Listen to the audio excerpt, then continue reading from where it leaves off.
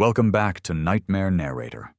Tonight, we're heading deep into the misty forests and forgotten towns of Oregon, a place where beauty and terror walk the same trails. These are 10 Oregon horror stories, each one proving that behind the rain, the silence, and the evergreens, something is always watching. Before we begin, tell me, where are you watching from, and what time is it for you? Now, let's step into Oregon's shadows together. I was out on the dock before sunrise, hands deep in the cold netting, when I noticed Sam's boots weren't by the shed. He was 12, stubborn as me, and always up before dawn when the tide was good. I told him last night not to go near the water alone. But there was his yellow raincoat missing from the hook, and the bucket he used for crabbing gone too. I yelled his name once, twice. The sound barely carried through the fog. At first I thought he was just hiding, trying to scare me the way he used to. I shouted again, harder this time. No answer, only the groan of the harbor ropes shifting in the mist. I ran along the dock, scanning every gap between the boats. The water was calm but heavy, like it was holding something back. I spotted his small crab bucket floating near the piling, upside down. That's when my knees almost gave out. I pulled it in and saw the crack along the rim. He'd dropped it fast, too fast. I jumped into my skiff and started the engine, circling the inlet, calling his name until my throat burned. The Coast Guard joined by noon. They searched every inch. Divers, dogs, everyone. Nothing. No jacket, no shoe, no sign he'd fallen. They said he must have been pulled by the tide. But the tide doesn't hide footprints from the dock to the water. I saw none. That night, I couldn't sleep. I sat on the porch with the lantern burning, listening to the gulls fighting over scraps. Around midnight, I heard something slap the side of the boat, like a rope flicking against it. I went down with the light, thinking it was a seal or maybe a loose line. The water was black, quiet. Then, in the beam of the lantern, I saw something bright in the distance. It looked like yellow fabric. It was bobbing near one of the channel buoys. My stomach twisted. I yelled for help, but by the time my neighbor came, the light was gone. I tried to convince him to go out with me, but he said I was seeing things. I wasn't. The next morning, I took the boat myself. The fog was thicker than before. I reached the buoy I'd seen, tied off, and leaned over the edge. There it was. Sam's raincoat tangled around the base, sleeve fluttering in the current. I pulled it out, hands shaking. It was his. The same patch on the back he'd begged me to sew after it tore last winter. But when I lifted it, I realized it wasn't caught naturally. It had been tied, carefully, knotted around the buoy chain. Whoever did that wanted it found. I brought the jacket to the sheriff. He took it but didn't look surprised. Said maybe the current twisted it that way. I told him the knots were square and neat, the kind fishermen used. He just patted my shoulder and told me to go home. 2 days later, a woman from the next harbor over came looking for her son. He'd gone missing 3 weeks before Sam. She saw the jacket on the sheriff's desk and broke down crying. It was almost identical to her boy's. The sheriff told her it was just coincidence, but I saw his face. He knew something was wrong. After she left, I went down to the fishing warehouse near the edge of town, the one that had been boarded up since before I was born. My father once said smugglers used it back in the 60s, before the Coast Guard cracked down. The front door was chained, but I found a gap in the boards along the side wall. Inside smelled like salt, mildew, and old diesel. The air was thick. I used my flashlight, moving slow between the crates. That's when I saw them. Marks on the ground. Boot prints, small ones, like a child's. I followed them to the back wall where a panel of rotting wood hung loose. Behind it was a narrow stairway going down. I hesitated. Every part of me wanted to turn back, to tell the sheriff, but I didn't trust him anymore. So I went down. The stairs creaked like they hadn't held weight in years. At the bottom was a small room with concrete walls and a drain in the middle. I could smell rust and something else, something sour. On the floor were old tools, ropes, and a lantern half full of oil. And in the corner, I found what looked like fishing tags, each scratched with a child's name. Some were faded, but I could read a few. One was Sam. I froze. My hands went cold, even though the air down there was warm. I heard something above me, like a door creaking shut. I ran up the stairs, nearly tripping over myself, and burst through the sideboards into daylight. The chains on the front door rattled, as if someone had just moved them. I didn't stop to check. I got in my truck and drove straight home, locked every door, and sat with the shotgun across my knees until morning. When I returned the next day with 2 men from the docks, the place was empty. The panel had been nailed back. The floor was clean. Even the smell was gone. They laughed when I told them what I'd seen. One of them said, "That old place has been empty 30 years, Tom. You probably walked into your own imagination." But I knew what I saw. That night, I went back one last time, alone. I wanted proof. I brought my camera, took pictures of every inch.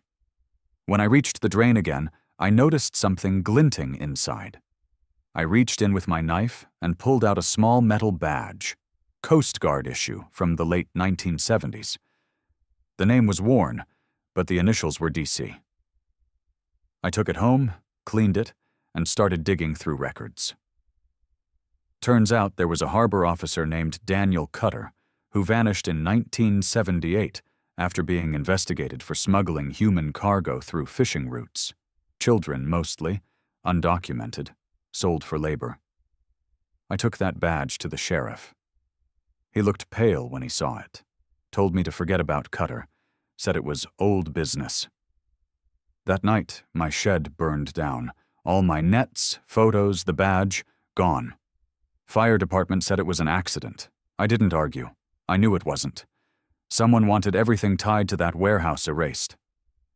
2 days later, the woman, who'd come looking for her son, left town without saying goodbye. No one saw her again. It's been 39 years since Sam disappeared. The docks are quieter now. The warehouse was demolished last year, turned into a seafood restaurant, of all things. I still fish sometimes, out past the bay, where the water's deep enough to forget. But every now and then, when the fog rolls in, I see a yellow shape near the old buoy. It doesn't drift away or sink. It just stays there, steady, like it's watching me. Maybe it's just my mind keeping him close. Maybe it's guilt. But once, about 5 years ago, I motored over and looked down at the chain, just out of habit. There was a new knot tied at the base. Same square knot, same precision. I didn't touch it, didn't tell anyone. I just sat there, holding the oar, until the current pulled me back toward shore. I know what they say about closure, how time heals, but that's a lie. Some things stay knotted to you forever, like the tide waiting to take what it missed. Before we jump into the next story, please like the video and subscribe to the channel. We really need your love and support.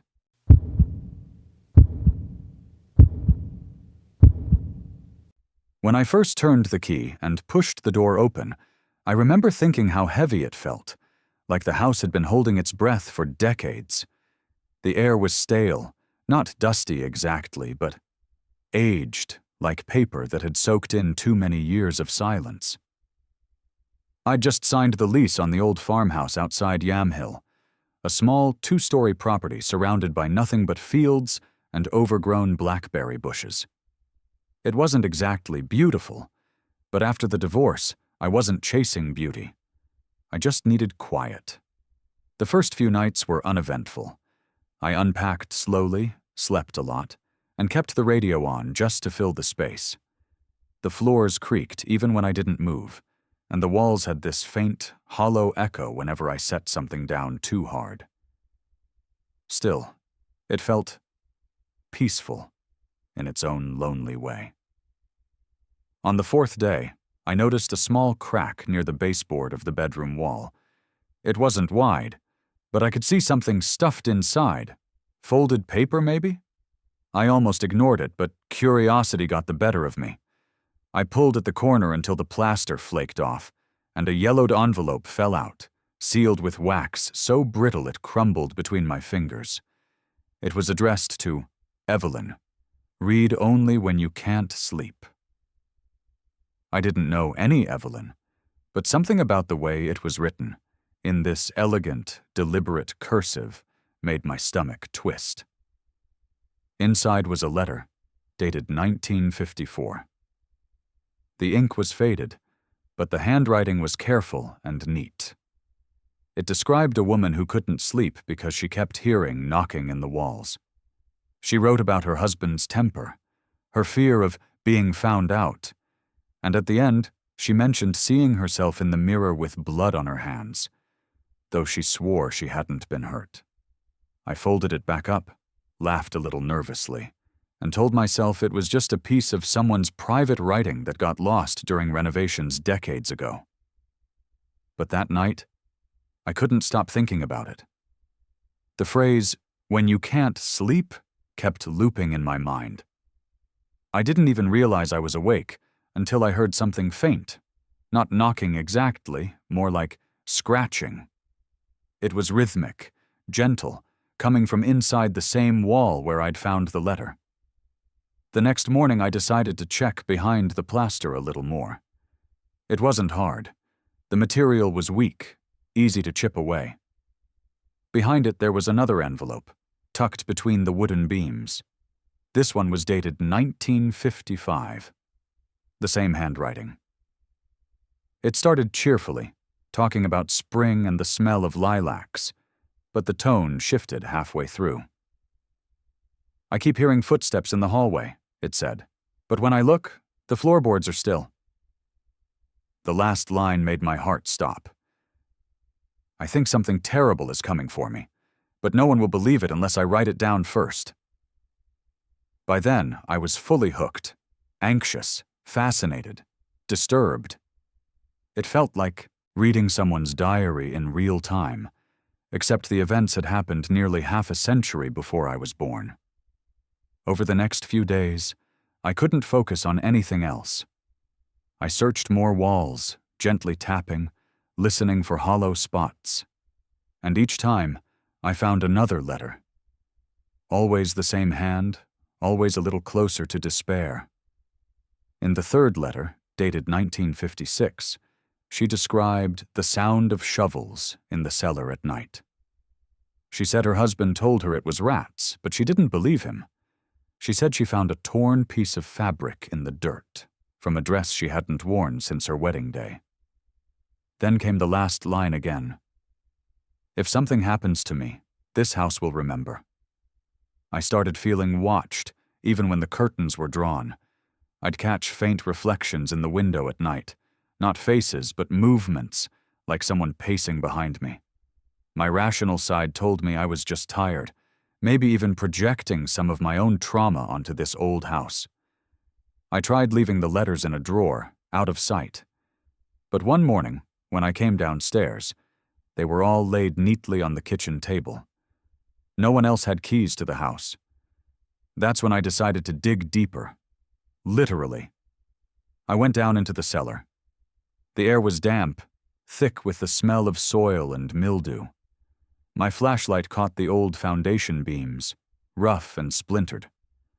In one corner, beneath a layer of loose dirt, I saw something pale. My pulse quickened as I brushed it aside. It was a scrap of fabric, blue and brittle with age.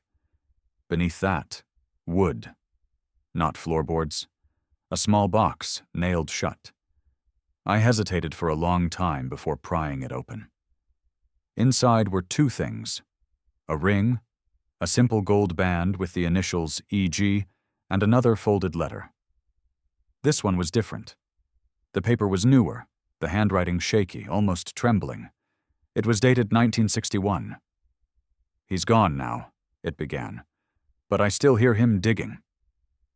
She wrote that her husband had gone missing after a night of shouting, and she was sure the house was punishing her for it. The last words chilled me. If you read this, you're next to remember. I didn't sleep that night. I left every light on, pacing between rooms, rereading the letters until the words blurred. I started thinking about what remember could mean. Maybe it wasn't supernatural. Maybe the house wasn't haunted. Maybe it was built on something terrible, and she'd known it all along. I needed proof.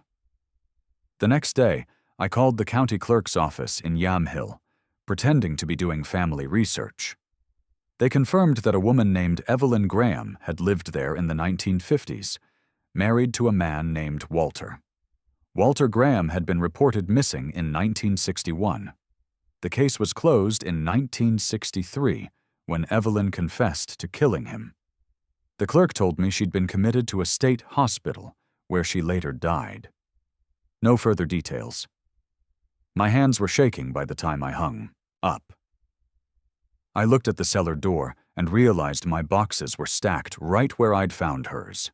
I moved them aside, pulled up the floorboards a little more, and this time found something harder, like concrete, but cracked. Underneath, bone. Human bone. I called the police. It took them hours to arrive. Yamhill's a small place, and the farmhouse is nearly off-grid. When they came, they sectioned off the cellar and began excavation. I stayed outside, sitting on the porch steps, shaking in the cold. They came back up with fragments, pieces of a jaw, a rib, maybe two. One officer asked if I was sure I hadn't known about this before renting. I said no, of course not. He nodded slowly but kept glancing at me like he didn't believe it. They kept the house sealed for weeks after that. I stayed in a motel, waiting for updates. Eventually, the sheriff told me the bones were confirmed male, early 40s, dating back roughly 60 years, which fit Walter Graham. They'd even found a bullet lodged between the ribs. The case was officially resolved, he said, though I could tell he didn't want to talk about the rest. I didn't go back to the farmhouse. But before I left Oregon for good, I stopped by once, just to see it from the road. The windows were boarded, the grass knee-high, the silence heavier than ever. I remember looking at the bedroom window and thinking about that first night, about the faint scratching I heard inside the walls. Maybe she hadn't been crazy. Maybe she was just trying to make sure someone would find him someday. The realtor called a few months later, saying they'd sold the place to a new couple who wanted to restore it. I almost warned them. But then I remembered what Evelyn wrote. The house will remember. Maybe that's all it ever needed to do.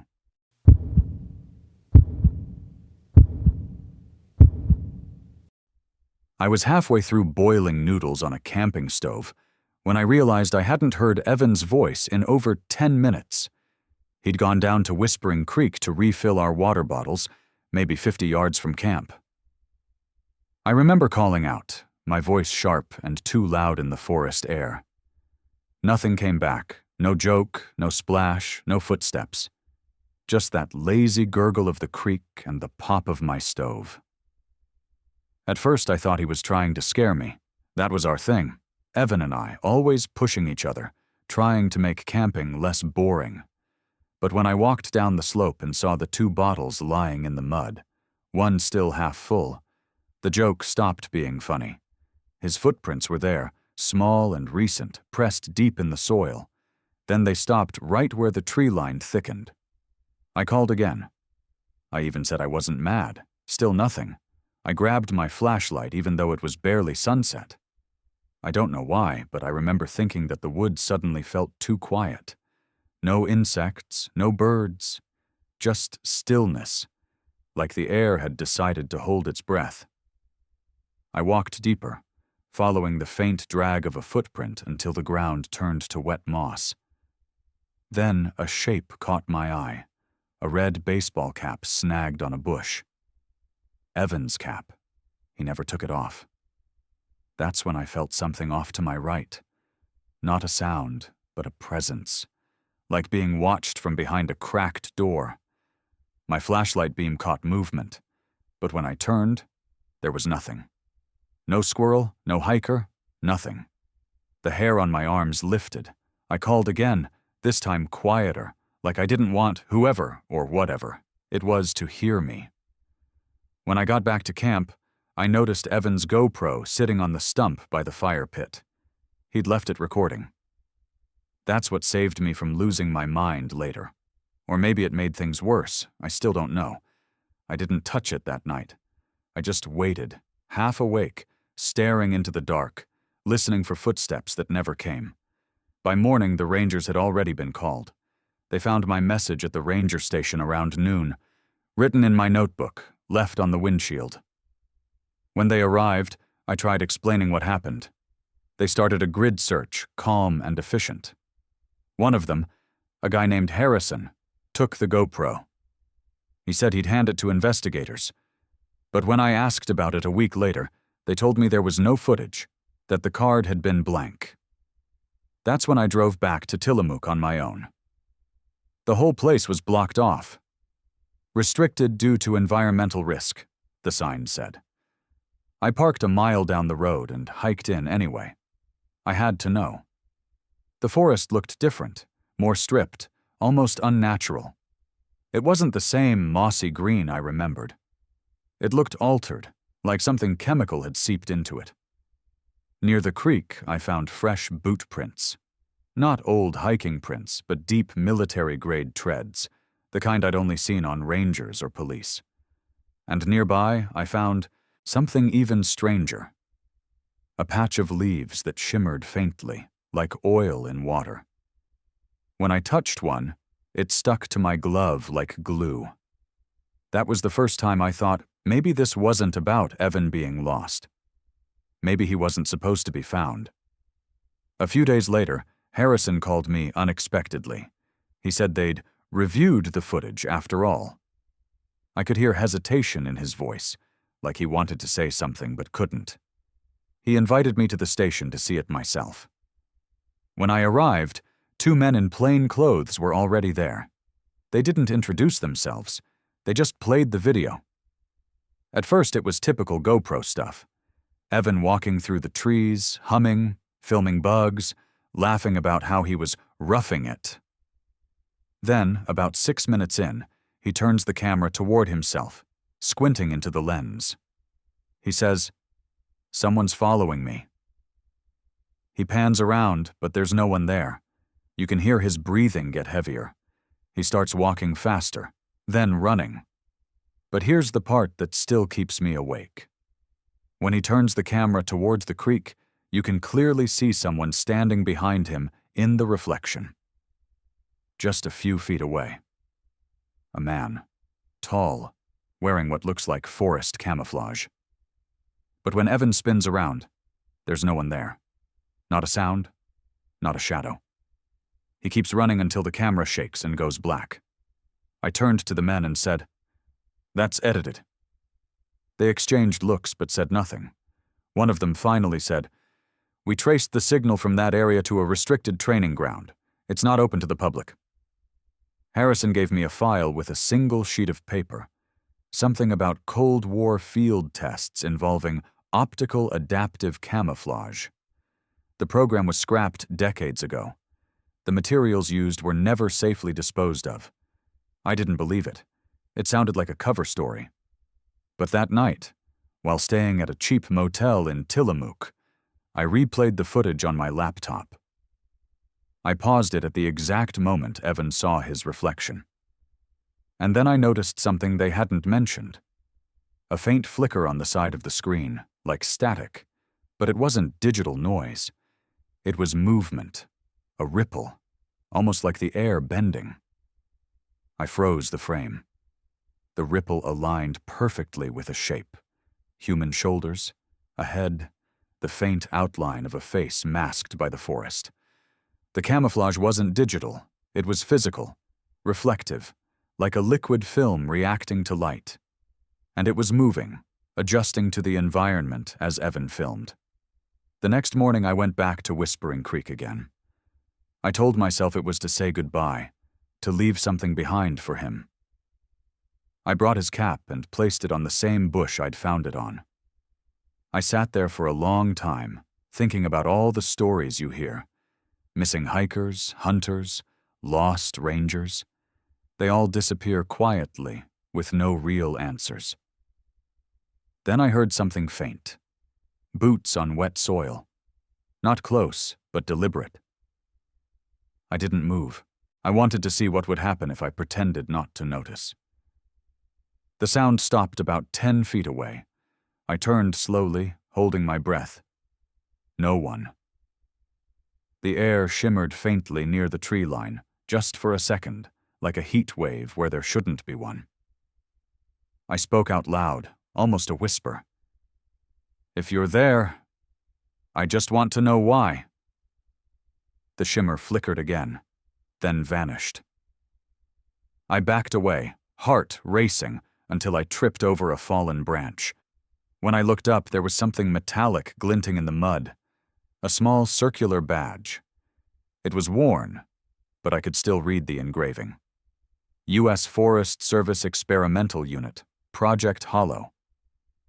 I turned it in the next day. The clerk at the ranger station scanned it and frowned. "We don't have any record of that division," she said. "Are you sure you found it here?" I nodded, but she didn't look convinced. She handed it back and told me to let it go.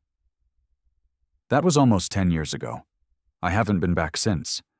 But sometimes, when I'm driving through dense woods, I catch myself glancing at the trees too long. Once, near the edge of a highway rest stop, I thought I saw it again.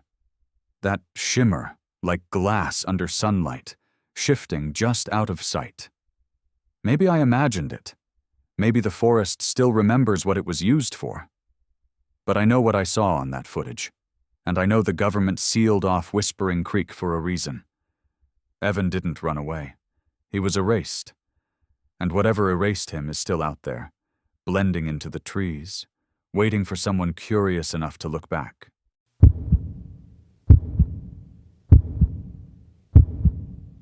I was halfway through my route when I first noticed the numbers didn't make sense.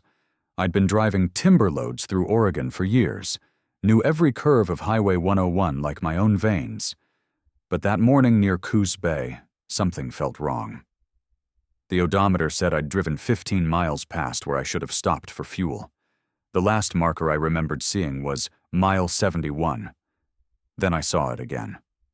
And again. Mile 71. 3 times in a row, same dented sign, same bullet hole through the number 7. I slowed down, rubbed my eyes, figured maybe fatigue was playing tricks. But the truck's GPS showed movement. Miles ticking up. I thought maybe there was road work, a detour, or some local prank. I'd been hauling since 3 a.m., so I told myself to keep calm. My dispatcher, Wes, was on the radio. "You still southbound, Mike?" he asked. I told him yeah, but I might have missed something. He laughed, said, "You can't miss Coos Bay, man. It's the whole damn coast." I laughed too, but something about the silence afterward made my stomach twist. Another sign came up. Mile 71. I pulled over, left the engine running, and walked toward it. The air smelled faintly metallic, not like salt or rain. The number looked hand-painted, thick brush strokes under new paint. Behind it, tall pines stretched endless, their tops lost in mist. I turned around to see if any cars were coming, but the road was empty in both directions. That's when I realized I hadn't seen another vehicle for almost 40 minutes, on a weekday, on Highway 101. That doesn't happen. Back in the cab, I called Wes again, but the radio crackled, his voice fading to static. I tried my phone. No bars, not even an emergency signal. I started to feel that tightness in my chest, the kind that creeps up before panic hits. I looked at my dashcam light. It was still recording. I said out loud, just to hear a voice, "All right, I'm turning back." I swung the rig around and drove north, slow and steady. 10 minutes later, another sign appeared through the fog. Mile 71. I swear my hand started shaking on the wheel. I pressed harder on the gas, watching the scenery blur, waiting for something, anything to change. But the same logging turnout passed by again. The same crushed soda can by the guardrail. It was like driving through a photograph that kept resetting. I stopped a second time and left the engine idling. My instincts were screaming. I got out and touched the road. It was warm, almost sticky, like fresh tar.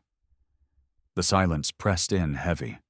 No wind, no birds, not even the distant hum of insects. I've been through some strange routes before, mountain fog, flash floods, but this quiet was wrong. It was the kind that made you feel watched. I pulled my jacket tighter and told myself, out loud again, "You're tired, Mike." Just tired. But when I climbed back in and checked the dash cam, the footage froze. The timestamp had stopped 20 minutes ago. I restarted it, tried cycling the ignition, but the system wouldn't respond. The clock on my dashboard blinked 3:11 a.m., over and over, no matter how long I waited. That's when I decided to document everything. I started talking into my recorder. Day shift, Coos Bay, possible GPS loop, mile marker repeating, turning back northbound again. It sounded stupid, but my brain needed logic, evidence, something to hold on to. I drove for another 15 minutes. Another sign came up through the fog. Mile 71. The fear settled in differently then. Not sharp, but dull and cold, like a weight behind my ribs. I stopped trying to rationalize it. I knew something was wrong beyond broken signage. I pulled the truck sideways across both lanes, headlights cutting into the mist, and climbed out with my flashlight. The beam hit another set of tire marks, my tire marks, looping back north. I followed them for 20 yards until I found something else. A patch of asphalt that looked newer than the rest, slightly raised, with a faint line of warning paint on the shoulder. Someone had sealed something under it. My brain went numb. I kept the light steady, scanned the tree line. That's when I heard it. Soft humming, mechanical, steady, like a generator somewhere deep in the woods. I called out, "Hello? This is restricted access. I'm a trucker. I'm lost." My voice echoed once, then nothing. The humming stopped. I ran back to the cab and tried starting the truck again, but the dashboard lights dimmed to red and the engine died. The air smelled stronger now, chemical, like burnt plastic. I pulled my sleeve over my mouth. My flashlight started flickering, so I turned off the beams and sat in darkness, trying not to breathe too loud. Then I saw it, through the windshield, a figure in a hazmat suit walking slowly along the shoulder, carrying something that glowed faint blue. I honked, desperate, and the figure stopped mid-step, turned its head toward me. The visor reflected my headlights like glass. It didn't wave. It didn't move again. Then it turned back toward the woods and disappeared into the fog. I locked the doors and whispered into the recorder, "There's someone here. Looks military. Chemical suits." My voice cracked. "If anyone finds this—" I couldn't finish. The smell got thicker, stinging my eyes. I opened the door and stumbled out for air, coughing, trying to see. My flashlight cut across the trees, and that's when I saw the sign again, not 50 feet away, half sunk into the soil. Mile 71. There were at least 3 of them leaning together, weathered, piled like scrap. It clicked all at once. Whatever area this was, it wasn't open road. It was a loop, a containment. My chest burned from the fumes. I staggered towards the woods, tripping over brush, trying to follow the faint path where the figure went.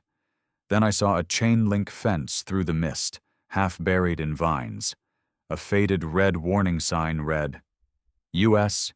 Government property, contaminated site, no entry without clearance. Below it, spray paint in white said, Do not breathe. I froze. That's when I heard engines. Low, heavy, distant. I waved my flashlight wildly, shouting, Help! Over here! But no one answered. The rumble faded, like it was going deeper underground. I followed the sound along the fence line until I found a small guard post. Door hanging open, glass cracked. Inside was a broken radio and a map pinned to the wall. It showed the coastal road, the one I'd been driving, but south of Coos Bay, a section was shaded black, labeled simply Zone 19, the same area I'd been looping through. I turned the radio dials, desperate, and caught a voice for a second.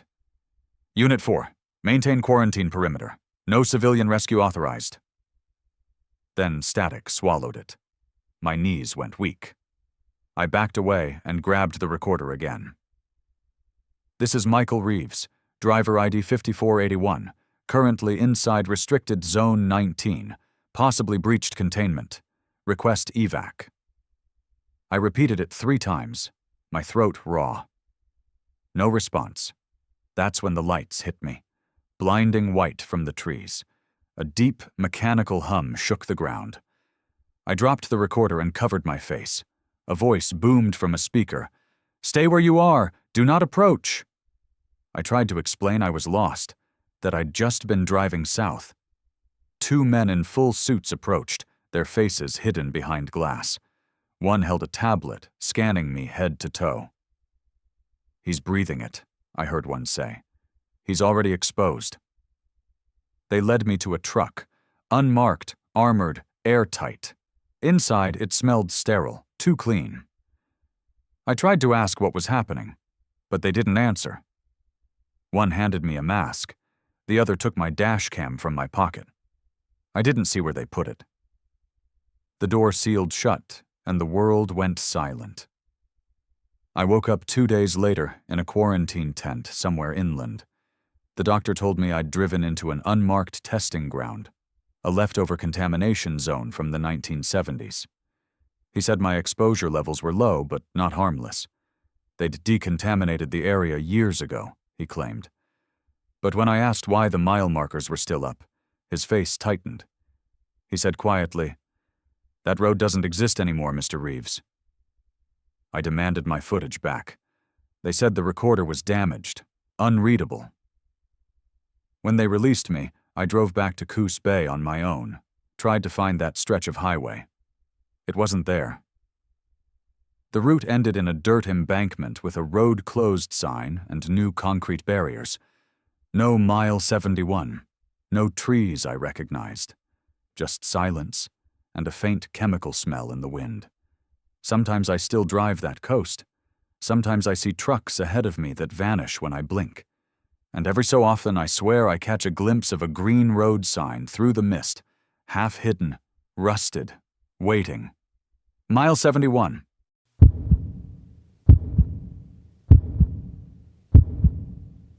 I was halfway through my shift when the order came in. 2 paper bags of groceries, a few miles outside town. Nothing unusual. I'd been driving deliveries for about 3 months, mostly for elderly customers who didn't like shopping in person. The address popped up on my phone. 143 Old Timber Road. I'd never heard of it, but Grants Pass has plenty of back roads and newer subdivisions that don't always show up clearly. The GPS drew a smooth blue line through the hills, so I just followed it. The first 30 minutes felt normal. Paved roads, a few scattered houses, clear sky through the windshield. Then the asphalt gave way to gravel, then to mud. The road narrowed, and soon trees pressed in so close the branches brushed the sides of my car. I remember thinking, maybe it's one of those rural cabins. My phone started to buffer music. The signal dropped to 1 bar. I turned off the radio just to hear the tires crunch. It was so quiet I could hear the car's suspension creak. When the GPS voice finally said, "You've arrived," I stopped. There was no house, just a small clearing with moss, a half-collapsed fence, and what looked like a dirt path going deeper into the trees. I zoomed in on the map. There was a pin right where I stood. No house icon, no structure name, just coordinates. I called the customer number listed in the order, but it went straight to voicemail. I thought maybe they lived a few meters off the road, so I left the car running, grabbed the bags, and followed the dirt path. The air felt colder inside those trees, heavier somehow. I walked for about 50 yards before I saw it, a cabin, barely visible through the ferns. It looked ancient, roof sagging, windows boarded from the inside. I paused, scanning for any sign of life. Smoke, footsteps, even the sound of movement. Nothing. But there was a light, something faint flickering through one of the cracks in the boards, like a candle flame struggling in the dark. My stomach dropped. I told myself it could just be an off-grid house. Some people live like that out here. Still, my hands were sweating around the grocery bags. I approached slowly, calling out, "Delivery for, Morgan?" My voice sounded wrong out there, too loud, too foreign against the silence. No answer. I called again, louder this time. That's when the flickering light went out. Just gone. I froze, the kind of stillness where your heartbeat feels deafening.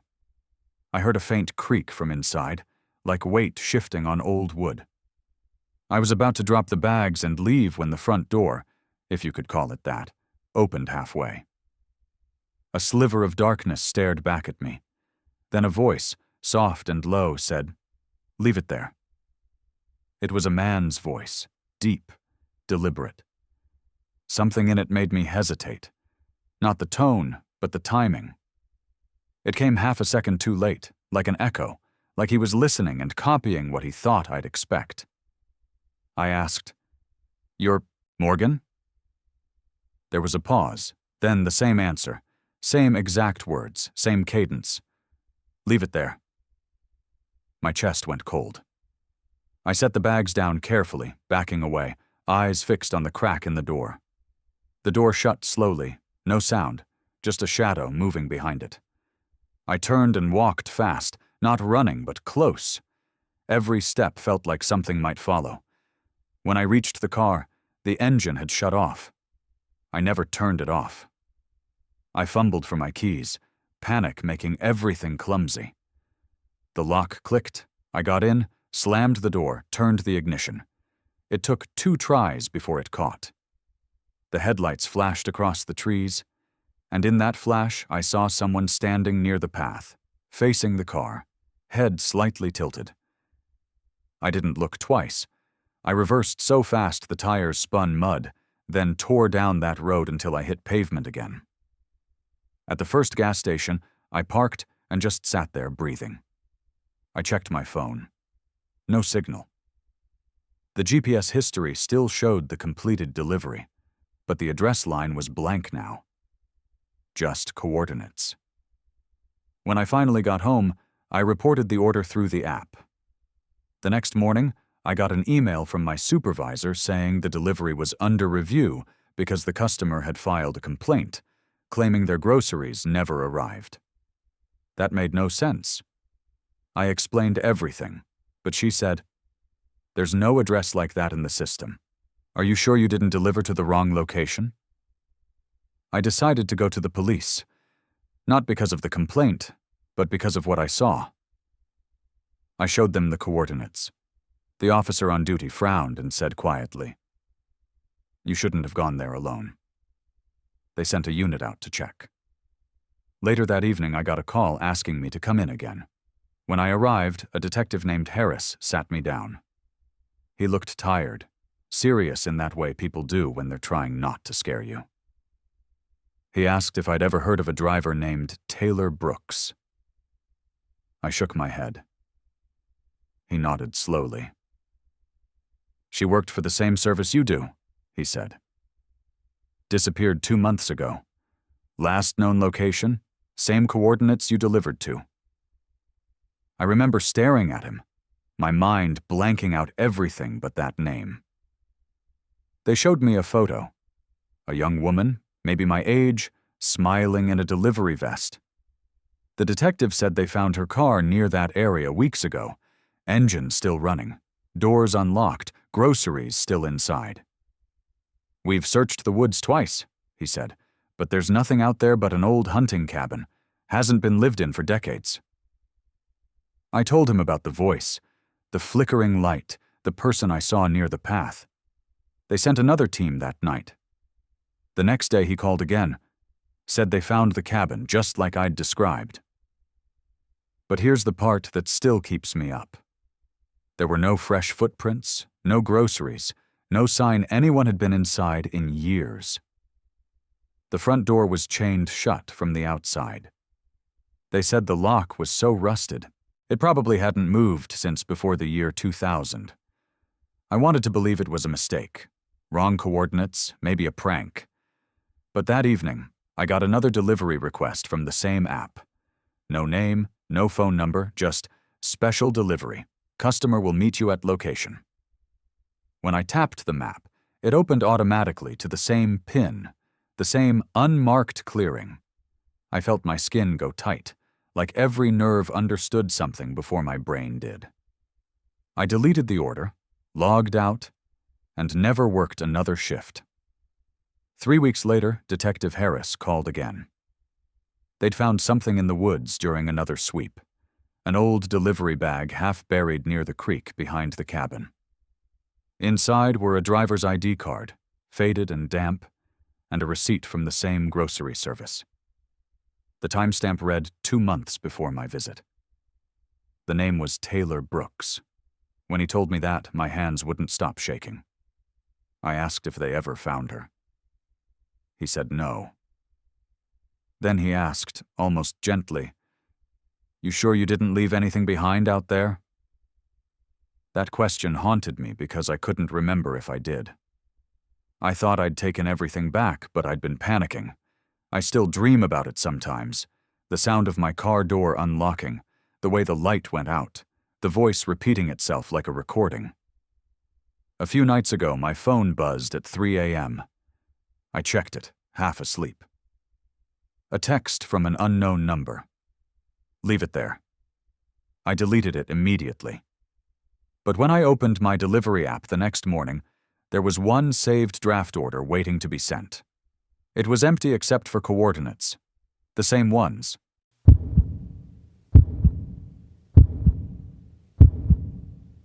The first night I noticed her, she was sitting on the edge of the bed in room 217, hands folded neatly, watching me as I charted her vitals.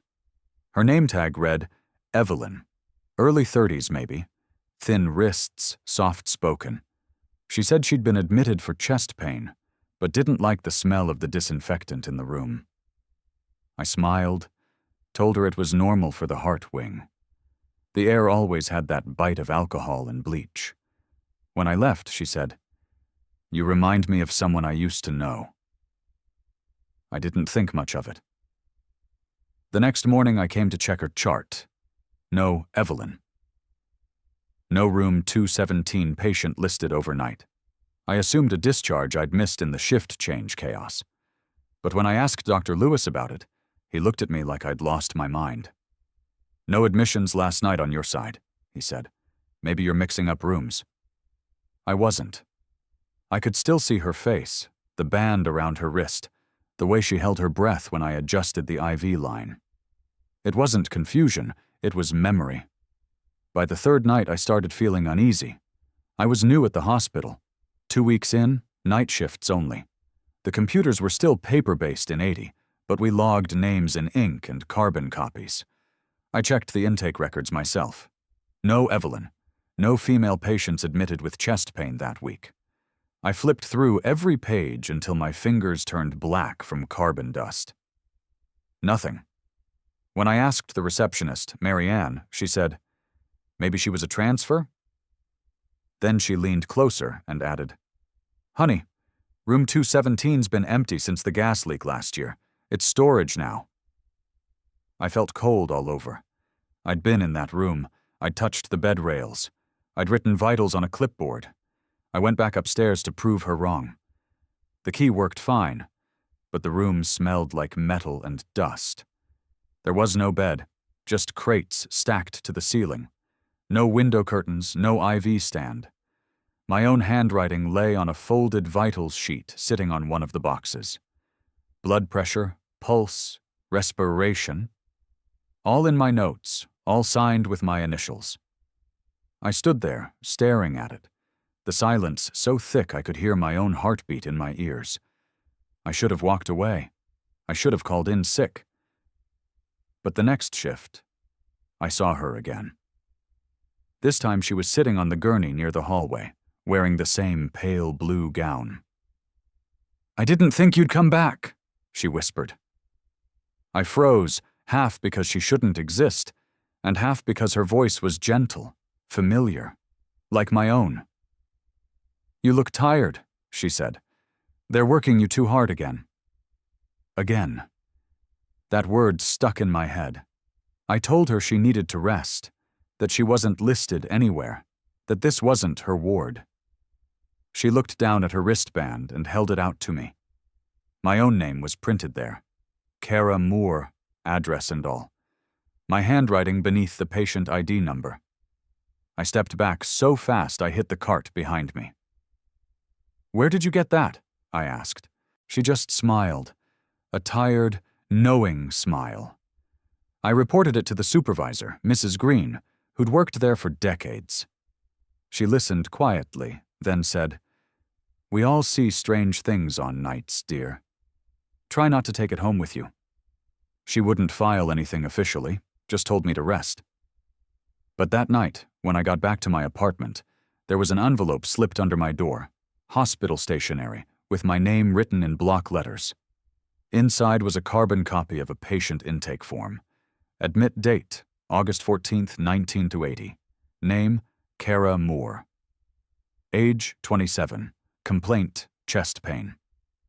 My signature was at the bottom, under attending nurse. I thought it was a prank, someone hazing the new nurse.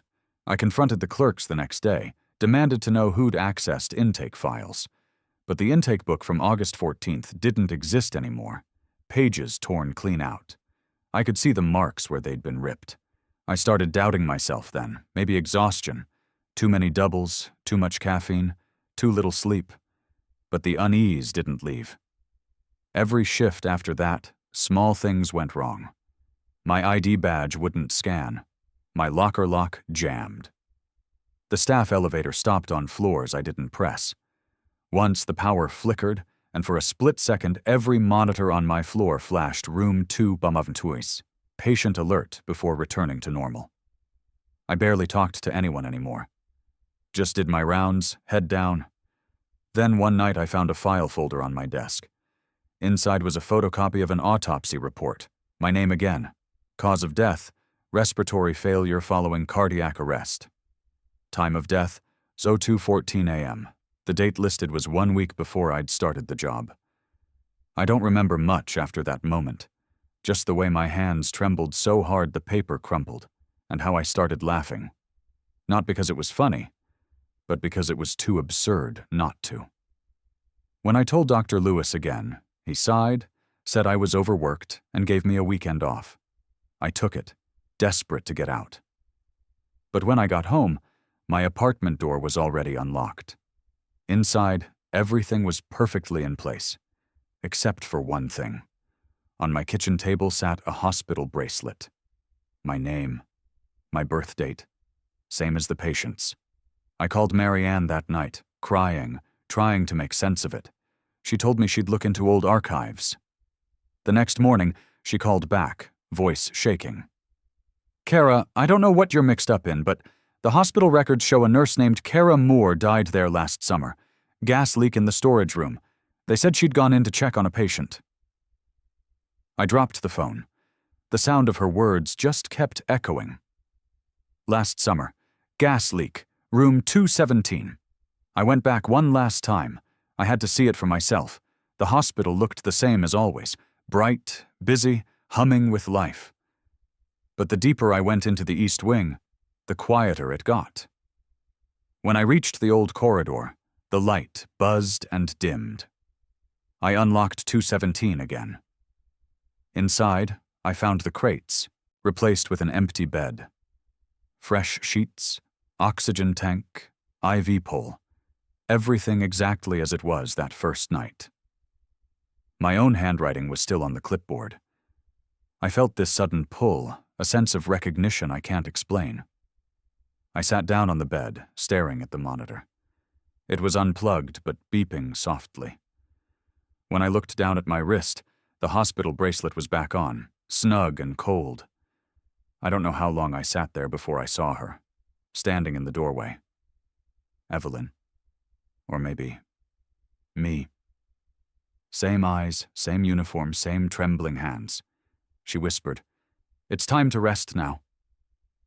I wanted to run, to scream, but everything in me just went still. The air thickened, my chest tightened, my breath came shallow, desperate. I tried to speak, but all that came out was a faint rasp. She stepped closer, and I swear I could feel my own pulse fading. The monitor flatlined. Then silence. When I woke, I was lying in a hospital bed, morning light cutting through the blinds. A nurse I didn't recognize was adjusting my IV. I asked what happened. She said I'd fainted in the old wing. "You're lucky," she said. "That room's been sealed for years." I was discharged 2 days later. They said stress, dehydration, hallucinations maybe. I almost believed them, until the discharge papers came through. Printed neatly at the top was my name, my address, and the words, "Date of admission, August 14th, 1980. No discharge date listed." And when I got home that night, the hospital bracelet was still on my wrist. I've tried cutting it off. It never leaves a mark. It never loosens. It's as if I was never discharged at all.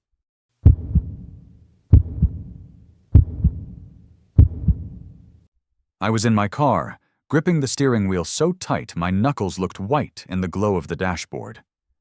The storm had already knocked out most of the lights in Newport, and the wind was strong enough to shove the car sideways every few seconds. I could hear the ocean somewhere beyond the black shape of the trees, roaring like it wanted to reach the town itself. My phone had no signal, and the radio stations were all static, except one. That's what started this whole thing. The voice that told me where to go. It was around 11:30 p.m. when it cut through the noise, a sharp, monotone emergency broadcast. "Attention residents of Lincoln County," it said. "If you require assistance or shelter, proceed to the local relief station at Driftwood Point." The calmness of it gave me a strange sense of safety, like someone, somewhere, still had control. The storm was getting worse, so I decided to follow it. Driftwood Point wasn't far, maybe 15 minutes inland. I figured if it was a legit emergency location, I could at least find other people there. The roads were nearly invisible, slick with water and branches. Every time my headlights hit a road sign, I felt a flicker of reassurance, until I noticed that some of them looked old, faded, like they hadn't been replaced in years. I passed a gas station I didn't recognize, boarded up with plywood. I told myself I'd probably just never noticed it before. Newport isn't big, but I didn't go exploring much. The radio kept repeating the same message every few minutes, and I clung to it like a lifeline. When I reached the turnoff to Driftwood Point, it looked wrong. The asphalt stopped abruptly, and what was left of the road was just gravel and dirt, washed into shallow trenches by the rain. I thought maybe I'd taken a wrong turn, but then the broadcast spoke again. "Continue north on Driftwood Lane for 1 mile. The relief station is operational." The timing made my skin crawl. I hadn't even touched the dial. It was like it was talking directly to me. I hesitated for a moment, then pressed forward. Half a mile in, I saw a flicker of light ahead, a dim orange glow like a lantern through fog. My heart lifted. I thought, finally. I parked the car off the side, grabbed my jacket, and stepped into the rain. The cold hit instantly, sheets of water pouring off the hood as I jogged toward the light. But as I got closer, I realized it wasn't a building. It was an old radio tower, half collapsed, its metal frame groaning against the wind. The orange light came from a rusted generator cabin beside it, still humming weakly like something half alive. I shouted, "Hello?" My voice disappeared into the rain. No answer. I tried the cabin door. It creaked open and the smell hit me. Burnt oil, wet paper, and something metallic. Inside were old broadcast equipment, water-damaged manuals, and a flickering control panel with dials that twitched on their own. A tape reel spun in slow, jerky motion. That's when I heard the voice again. The same message, word for word, playing from a speaker in the corner. "If you require assistance," I remember whispering, "No way." The timestamp on the logbook beside the console said August 2017. I just stood there, soaked, listening to that calm, automated voice on repeat, realizing that nobody was out there sending anything. This wasn't live. It hadn't been for years. The hairs on my arms rose as I noticed something else. The microphone was still on, its little red light blinking faintly. I don't know what made me speak into it, but I leaned closer and said, "If anyone can hear this, I'm at Driftwood Point. Please respond." Static. Then, for a few seconds, nothing. And then a voice, my own. My voice echoed back, distorted but unmistakable. "If anyone can hear this?" My throat went dry. I ripped the plug from the mic, but the feedback just got louder. The reel kept spinning. I could hear footsteps, or what sounded like them, outside the cabin. Soft, deliberate crunches in the gravel. I turned off my flashlight. The rain had eased slightly, but the air felt wrong, like it was pressing in. The door moved, just a fraction, enough to let the wind whistle through. I froze, waiting. Then a hand, pale, trembling, reached through the gap and pushed it open the rest of the way. A man stepped inside. His face looked exhausted, streaked with rain, eyes unfocused. He wore a poncho and carried a small emergency radio. I almost cried from relief. "Jesus, man, you scared me," I said. "Are you from town? I thought—" He didn't answer.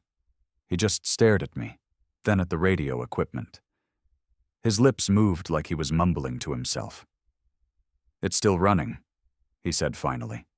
His voice sounded dry, almost cracking. "You shouldn't be here." I asked what he meant, and he pointed at the tape reel. "It's been looping since the collapse. Every time someone comes out here, they try to shut it down, and it plays something new." Before I could respond, he twisted the power switch off. The hum stopped. Silence filled the cabin so quickly it hurt my ears. Then, faintly from the disconnected speaker, another voice, calm, female this time. "Evacuation complete. Last broadcast recorded. Do not attempt to restart system." The man stared at it like he'd heard it before.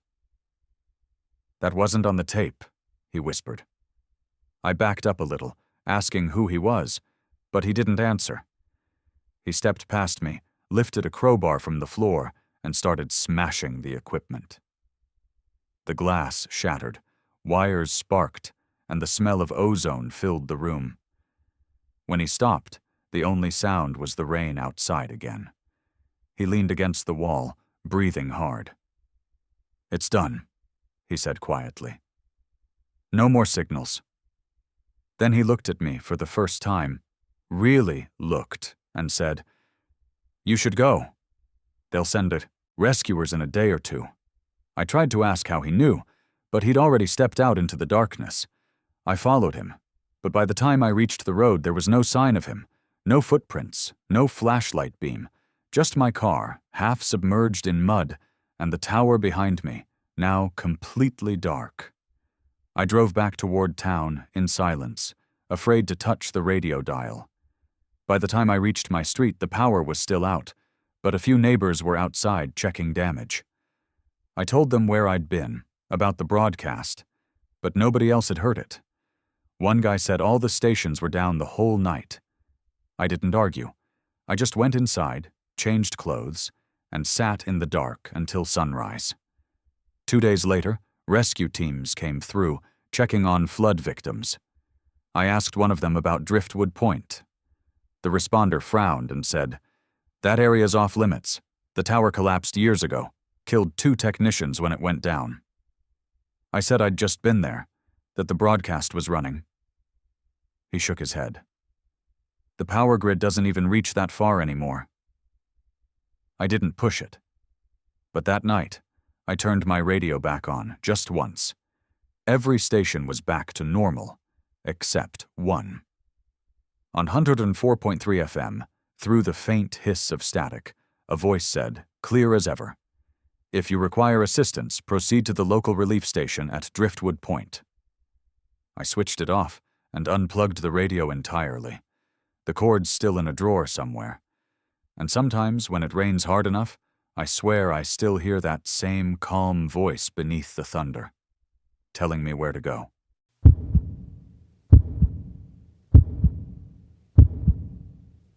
I remember pulling off Highway 101 that night because my eyes were burning from driving too long. I hadn't planned to stop in Tillamook. It wasn't even on my route.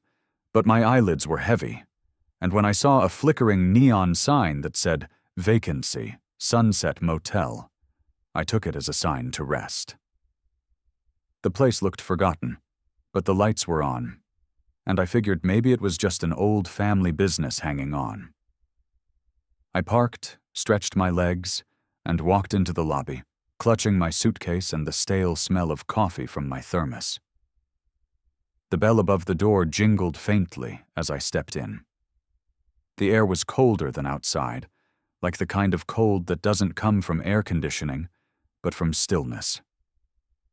The carpet was faded red, the walls wood-paneled, and the desk had a little silver bell that looked polished, oddly out of place in such a dusty room. I tapped it once. No answer. I was about to leave when a voice came from the back office. A slow, polite voice. "Evenin'. Need a room again?" I turned toward the man who appeared behind the desk. He was maybe in his 50s, with slicked back hair and a beige vest. I'd never seen him before. "Again?" I said, forcing a smile. "Pretty sure this is my first time here." He looked surprised, almost disappointed. "No, sir. You're our regular. Room 6, right?" He turned and took a key from the rack. I noticed something strange. Every key tag behind him had the same name written on it. Mark S. Holloway. My name? At first, I thought maybe he'd made a mistake or reused old tags from another guest. I laughed awkwardly. "That's my name, actually. Weird coincidence." He didn't laugh. He slid the key across the counter and said, "We keep them ready for you, every night." His tone was soft, like he was stating a fact, not making a joke. Something about the way he said we made my stomach twist, but I was too tired to argue. I paid in cash, mostly to make it quick, and walked down the short hallway toward room 6. The corridor smelled faintly of mildew and something else. Old paper, maybe. The door stuck a little before opening, and inside, the room was small but tidy. One bed, one nightstand, and a rotary phone on the wall. No TV, no clock. Just silence. I dropped my suitcase, sat on the bed, and rubbed my eyes. I told myself maybe the clerk was confused. Maybe my name was common enough. But I kept thinking about that wall of keys. All identical, all with my name carved into them like they'd been there for years. I tried to shake it off, took a shower, and lay down. The sheets smelled faintly of detergent, but beneath that, something metallic. Around midnight, I heard footsteps in the hallway. Slow, deliberate steps moving past my door, then stopping right outside it. I waited for a knock. None came. Just silence, then a faint scraping sound, like metal dragging against the wood. I held my breath. After a full minute, the footsteps started, again moving away, fading into the distance. I told myself it was just another guest. Still, I locked the door, shoved a chair under the handle, and tried to sleep. When I woke up, sunlight leaked through the curtains. My watch said 6:30 a.m. I packed quickly, wanting to get back on the road before anyone else was up. But when I opened the door, I froze. On the floor in front of my room was a small brass key. The tag read, Mark S. Holloway, Room 6, the same as the one in my pocket. I went to the front desk to check out. The clerk wasn't there, but a different man stood behind the counter, older, grayer, and wearing the same beige vest. I cleared my throat. Hey, I stayed last night. Room 6, can I check out? He looked up from a ledger, frowning. You stayed here last night? Yeah, I said, tapping my card on the counter. Guy checked me in. Looked a bit like you, actually. The man's expression hardened. Son, this motel's been closed for 20 years, I laughed, waiting for the punchline. You're joking. He didn't smile. He walked to the door and pointed outside. No cars but yours, right? That sign hasn't lit up since '71. I stepped outside and turned toward the sign. It wasn't glowing. It was broken. Rusted, half collapsed, the word vacancy barely legible. The office windows were cracked, and weeds grew up the sides of the building. But I'd seen it lit up last night. I'd talked to someone. I was here, I said, trying to steady my voice. I checked in. He gave me a key. I pulled the tag from my pocket and placed it on the counter. The man didn't touch it. His eyes widened. Where did you get that? I told you, I said, frustration bubbling up. He handed it to me, said I was a regular. The old man stepped back like I'd handed him something poisonous. That man you saw, he was my brother. Ran this place till he died in '71. Heart attack, right behind this desk. I stared at him, my hands cold. That's not possible. He checked me in last night. The man swallowed, then nodded slowly. You're not the first to say that. I looked around the lobby. The faded carpet, the dust, the silence. It all seemed older now, lifeless. Even the air felt different, heavier. My heart pounded. I need to go, I muttered. He didn't stop me. I walked out fast, got in my car, and started the engine. The road felt longer than before, the trees closer. I drove for almost an hour before pulling over at a diner to breathe. I went to wash my hands, and when I looked in the mirror above the sink, I saw a faint red imprint on my wrist, the same shape as the motel key tag I'd been holding. I tried to forget it after that. I told myself exhaustion had made me hallucinate. But the next week, in a small town further south, I stopped for gas. When I paid, the attendant handed me my receipt, and there was something scribbled at the bottom in pen. See you, tonight, room 6. I spun around, but the attendant had already walked away. My heart raced as I looked at the receipt again. The handwriting was familiar. Curved, deliberate, the same handwriting from the motel register. I threw the paper away and kept driving, refusing to stop anywhere small or old again. But no matter where I went, Portland, Sacramento, Boise, the same thing kept happening. In random places, people swore they'd seen me before. A waitress handed me coffee and said, "The usual?" A motel clerk in Idaho smiled and said, "Back again, huh?" Everywhere I went, my name was already there. Once, at a truck stop, I saw a notice board with lost and found keys pinned up. Among them, An old brass tag, tarnished and scratched, with my name on it. I should have thrown the first one away, but I didn't. I couldn't. It was still in my glove compartment, even after everything. The edges had worn smooth over time, but the engraving remained sharp, almost freshly carved. A few months later, curiosity got the better of me. I drove back to Tillamook, telling myself I'd prove it was all in my head. When I reached where the motel had stood, the land was empty. No sign, no building, just gravel and grass. I parked, got out, and walked around. The air felt wrong, quiet, like sound couldn't hold there. I looked down and saw tire tracks, mine, still fresh in the dirt. Then something glinted near the weeds. Another brass key, half buried, same engraving. Mark S. Holloway. Room 6. That was the moment I stopped pretending it was coincidence. I picked it up, and before I knew it, I heard the faint jingle of a lobby bell. Then, from behind me, that same slow, polite voice. "Evenin'. Need a room again?" I turned, but there was nothing. Just the wind moving through grass that shouldn't have remembered me. I dropped the key and ran. I didn't look back. That was over 30 years ago. I've stayed in dozens of places since, always different names, different states, different cards. But sometimes, when I check in, the clerk hesitates before handing me my key. They smile a little too long and say, "Welcome back, Mr. Holloway. Room 6, right?" And every time, my stomach turns cold, because no matter how far I go, that room, my room, seems to be waiting.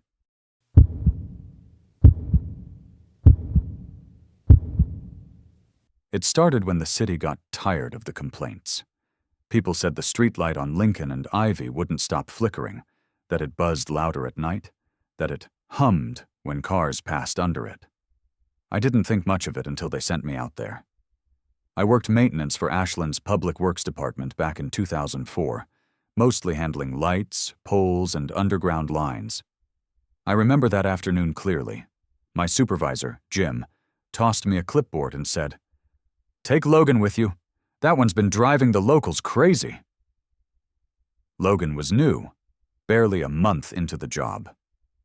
We loaded up the truck, drove out to the intersection, and parked under that annoying light. It was flickering, not constantly, but in a pattern that made your head hurt. 2 short blinks, 1 long. 2 short, 1 long. I remember joking that it was like Morse code. Logan didn't laugh. He was staring up at it like he was trying to read it. We killed the power at the base, and I climbed the ladder. When I unscrewed the glass cover, I got hit with this strange static crackle, like a whisper in my ear but electronic. It wasn't wind. It was electricity trying to ground itself somewhere it shouldn't. I checked the ballast, the bulb, the wiring. Everything looked normal except for a small metal box taped to the inner side of the housing. Not city-issued. No label, just a red wire running down the inside of the pole. I called down to Logan. "We didn't install this box, right?" He shook his head. I unclipped it and started following the wire downward through the conduit. It wasn't connected to the streetlight's power supply. It ran deeper, down a separate tunnel toward the base, like it had been added later. I told Logan to hand me a flashlight and opened the access panel at the bottom of the pole. Inside was a second compartment, one we'd never seen before in city poles. And there it was. A small, dust-covered camera lens staring right at me. My stomach dropped. Someone had installed a hidden camera inside a public light pole. I motioned for Logan to come see, and when he crouched beside me, we both heard it. A faint mechanical click, like the sound of an old VHS tape rewinding. I pulled the unit out carefully and realized it was recording to a hard drive, not a live feed. It had years of labels scratched on the surface. 1992, 2004. 12 years of footage. Logan just muttered, "This is some police stuff, right?" But I knew it wasn't. I'd worked with city surveillance equipment before. This wasn't official. The wiring was wrong, the model was outdated, and there were no serial numbers. Whoever put it there wanted it to be hidden. We radioed it in, expecting the city to tell us to bring it in for inspection. But instead, Jim's voice came through the line, low and serious. "Do not touch the internal drive. I'm coming down there myself." He showed up 15 minutes later, faster than I'd ever seen him move. He didn't look angry, more unsettled. He picked up the box, looked inside the housing, and muttered something under his breath. Then he told us to log the job as a standard ballast replacement and not mention the camera in the paperwork. I remember feeling sick driving back. It didn't make sense. Why would he hide that?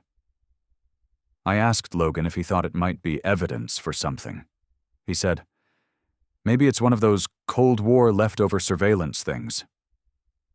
I laughed it off, but deep down it didn't sit right.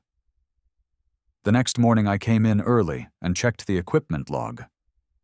The light on Lincoln and Ivy had been serviced 5 times between 1993 and 2003, all by a single employee named Henry Pike.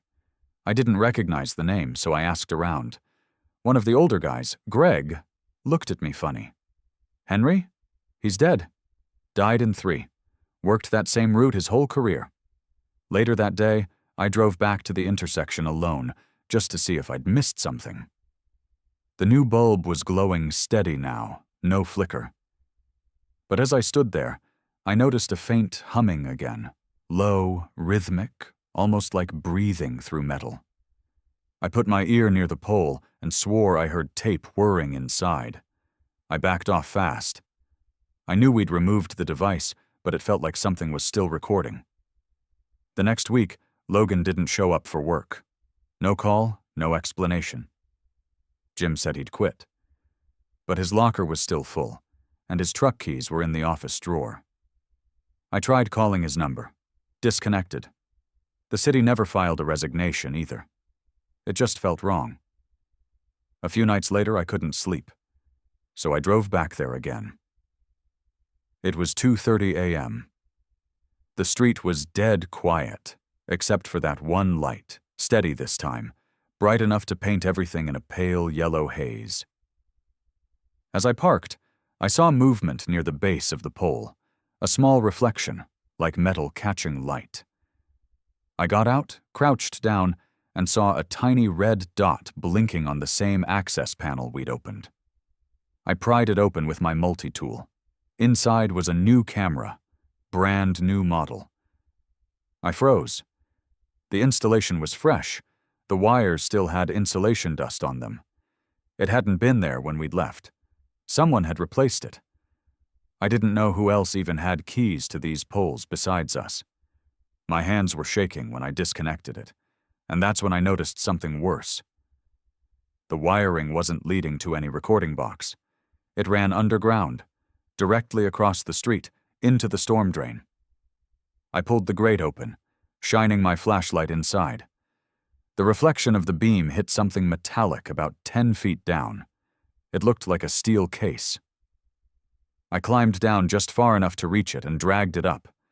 It was heavier than it looked, like it was filled with sand or concrete.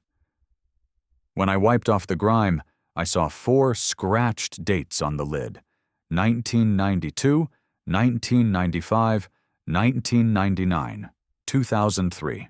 There was also a small tag riveted to the corner with a single name, H. Pike. That's when I realized, every time the light had been serviced, it wasn't maintenance, it was replacement. Every few years, Henry had swapped the camera system and buried the previous drive in the drain. I don't know why I did it, but I opened the box right there. Inside were 6 cassette-style hard drives wrapped in tape, all labeled with months and years.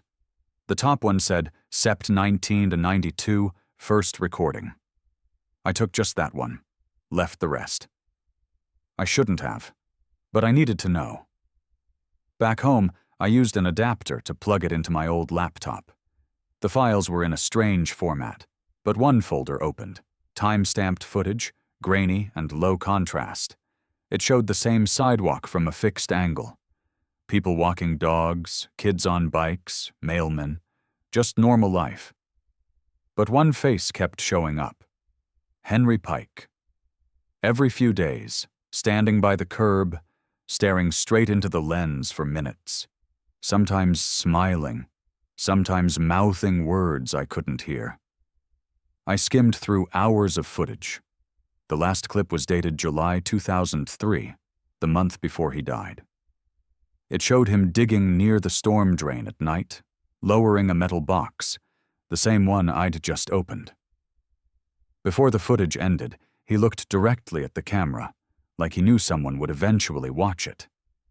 His lips formed one sentence: "They're watching me now." Then static. The next morning, I brought the drive to work to show Jim. But when I got there, his office was empty.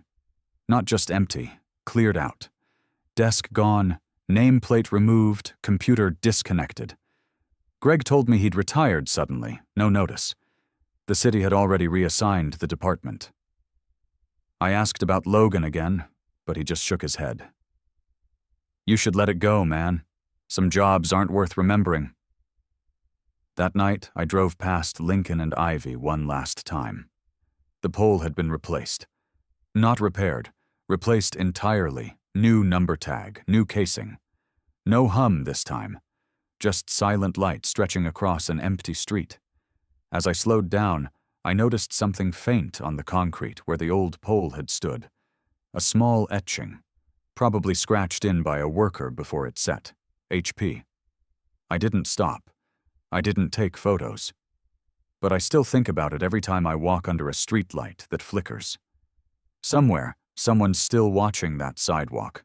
Not because of ghosts or myths, but because someone started something decades ago that was never supposed to stop. And maybe that's the real horror. Some machines don't die. They just keep recording.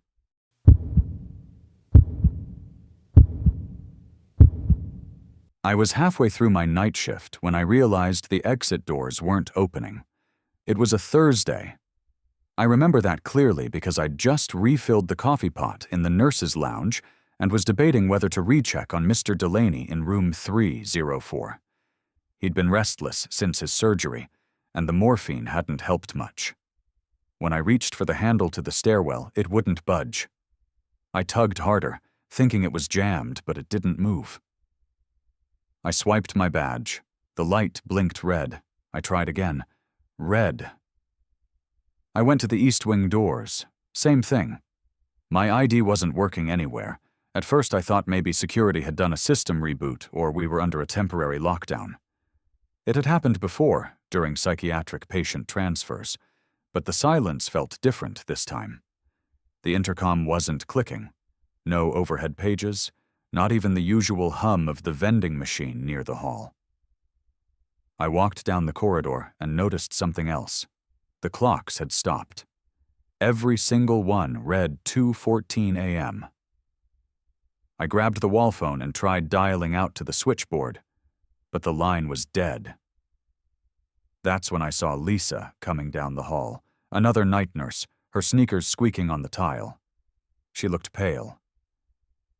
"Your door's locked too?" she asked. I nodded. "Everything's frozen. The system's down." We exchanged nervous looks. Then we heard it, a faint metal clatter from the west corridor, like a gurney rolling on uneven flooring. We followed the sound, calling out for whoever was moving equipment. "Hello? Security?" But the hallway was empty, except for one wheel of a stretcher spinning slowly, as if it had just been pushed. The temperature in the corridor felt colder than before. I checked the nearest patient room. Empty. No linens, no IV pole, no patient. Just a bed and that flat smell of disinfectant. I double-checked the chart list. That room was supposed to be occupied by a Mrs. Hargreaves, recovering from pneumonia. Her name was still written on the whiteboard. When I went back to the nurse station computer to check her file, it was gone. Not marked as discharged. Gone. No record at all. Lisa tried to log in from another terminal, but every patient name past room 300 had vanished. "Maybe it's the database," she said, her voice shaking. "Maybe I—" She stopped mid-sentence. The lights dimmed to half power, then brightened again, like a brief pulse. We heard the elevator ding down the hall, even though no one had called it. When the doors opened, the car was dark inside, but the floor indicator said B2. That floor had been closed for years, the old psychiatric unit. Lisa wanted to wait for maintenance, but something about that elevator felt wrong. I told her to stay while I checked the admin office, hoping to find an emergency override key. But when I came back 10 minutes later, she was gone. Her coffee cup still steamed on the desk. I shouted her name, down the corridor. No answer. My voice echoed off the walls like the building had swallowed it. I ran to the exit again, slammed my shoulder against the door. Still locked. I used the emergency code on the keypad. Nothing. I radioed security, but all I got was static. That's when I noticed the notice board near the nurse station. The emergency contact sheet had changed. Every staff name was different. My name wasn't there anymore. Someone else's was written in marker. Margaret Klein, RN. I didn't know anyone by that name. My chest tightened. I went room by room after that, frantic. 302, empty. 303, empty. 304, where Mr. Delaney should have been. Sheets torn off, bed pushed aside, IV stand tipped. His wristband lay on the floor. No blood, no signs of struggle, just absence. By 3:30 a.m., I gave up trying to make sense of it. I locked myself in the staff lounge and sat there with the radio humming low static. I thought about breaking a window, but the glass was reinforced. I kept telling myself the power outage must have tripped the magnetic locks, and that IT would fix it soon. Then I heard the PA system click on. There hadn't been a single announcement all night. A woman's voice, soft, monotone, said, "Code White in Ward B. All personnel report immediately." The thing is, we didn't have a Ward B, not since 1986 when the wing was sealed after the fire. Curiosity beat fear for a moment. I followed the main corridor toward where Ward B used to be. The air grew heavier, thicker, and I could hear faint humming, like someone whispering a lullaby through metal. At the end of the hall stood a door I'd never seen before. New paint, new lock, no room number. The humming was coming from behind it. I pressed my ear close. I could hear breathing, slow, deliberate. Then a low voice said, "You're late, Margaret." I stumbled back, heart pounding. My name, that fake name on the board, it called me that. I ran. I didn't look behind me until I reached the supply closet. I slammed the door, flicked on the flashlight, and crouched between boxes of gauze and saline. I tried to stay quiet, but the building made noises like it was alive, vents sighing, wheels rolling, whispers in the ductwork. I must have dozed off at some point because the next thing I remember is the sound of something heavy dragging down the hall. When I opened the closet, a crack, the corridor lights flickered. Something was written across the walls in red grease pencil. Ward B open. My stomach dropped. I sprinted to the nearest patient chart station and checked the system again. The missing names had reappeared, but they weren't the same. Each one had a time of death, all marked within the last 2 hours, including Lisa's, including mine. I stared at the screen until it blurred, until I couldn't feel my hands anymore. The timestamp beside my name read Bosser 17 a.m. I ran to the main entrance and beat my fists against the glass. I could see the streetlights outside, the faint orange glow of Medford's quiet night. But no one came. I screamed until my throat burned. Somewhere behind me, a phone began to ring. Not the wall phones, an old rotary bell tone, deep and metallic. It echoed through the hallway like it came from the past.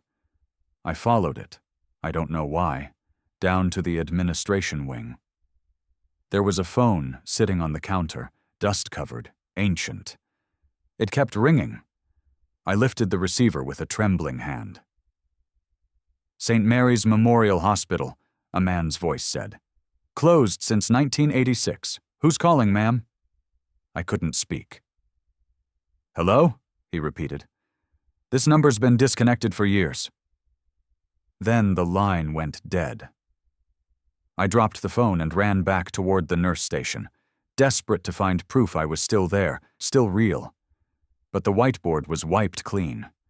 The halls looked older, dustier, lights flickering like weak candles. The smell of burnt paper filled the air.